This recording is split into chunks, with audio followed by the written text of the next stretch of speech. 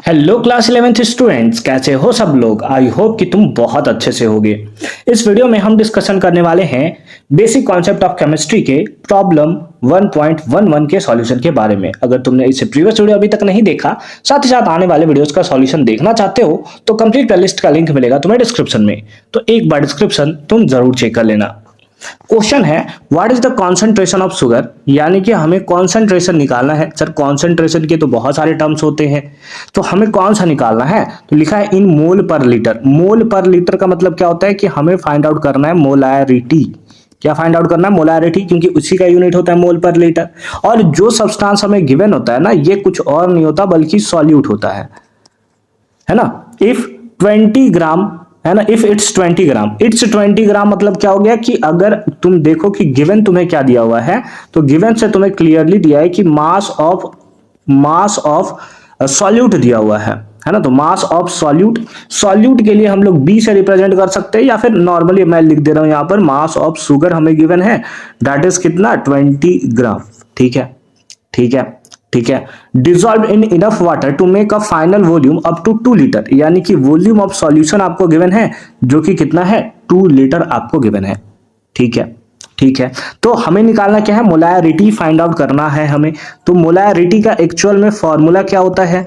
तो मोलैरिटी का फॉर्मूला होता है number of mole of solute, solute कौन सा है, that is sugar, divided by volume of solution, और वो भी किसमें, तो लीटर में। ये तो हमें क्वेश्चन में गिवन है, तो उससे हमें कोई प्रॉब्लम नहीं है, हम लोग वैल्यूज को फटाफट से फाइंड आउट कर सकते हैं।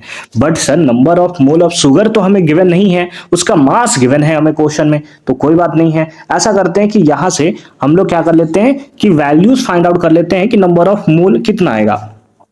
तो नंबर ऑफ मोल निकालने के लिए फॉर्मूला क्या होता है, that is given mass by molecular mass या फिर मोलर मास। गिवन मास किसका है, दैट इज शुगर का, जो कि कितना है 20 है। ठीक है, और मॉलिक्यूलर मास शुगर का कितना होगा, तो शुगर का अगर तुम मास निकालो तो एक कार्बन का होता है 12, और टोटल कार्बन है कितने, 12 कार्बन है ना। जैसे याद रखोगे, एक कार्बन का मास होता है 12, एक हाइड्रोजन का होता है 1, और एक ऑक्सीजन का होता है 16। ठीक है, कितना होता है 16।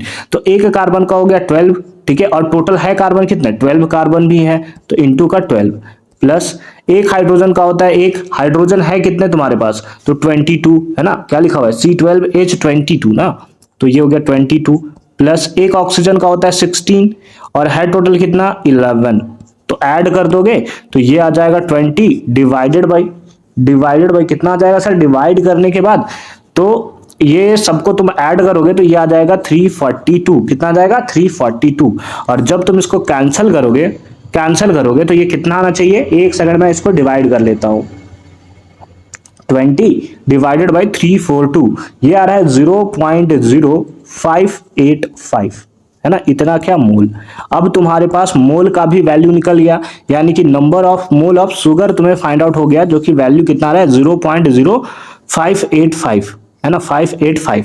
तो अब इसी का वैल्यू तुम इस पे पुट कर दो, आंसर निकल कर आ जाएगा 9, है ना। मोलैरिटी का फॉर्मूला क्या है, मोलैरिटी निकालते हैं हम लोग। ठीक है, number of mole of sugar जो कि दिया है 0.0585, और divide by volume of solution in litre, जो कि दिया हुआ है कितना 2 लीटर, है ना, 2 दिया हुआ है।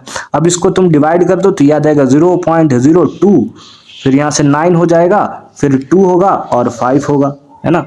ऐसा कुछ हमें देखने को मिल रहा है 2925। ठीक है, इतना क्या मोलैरिटी फाइंड आउट किया है, जिसका यूनिट क्या था, मोल पर लीटर। तो तुम यहां पर लिख दोगे क्या, मोल पर litre, and this is the correct answer of this question.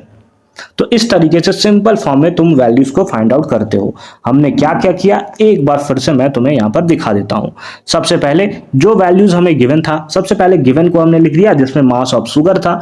अब मास ऑफ शुगर हमें गिवन था, और फॉर्मूला में हमें चाहिए था नंबर ऑफ मोल, तो मास को हमने उसके मॉलिक्यूलर मास से डिवाइड करके नंबर ऑफ मोल्स को फाइंड आउट कर लिया।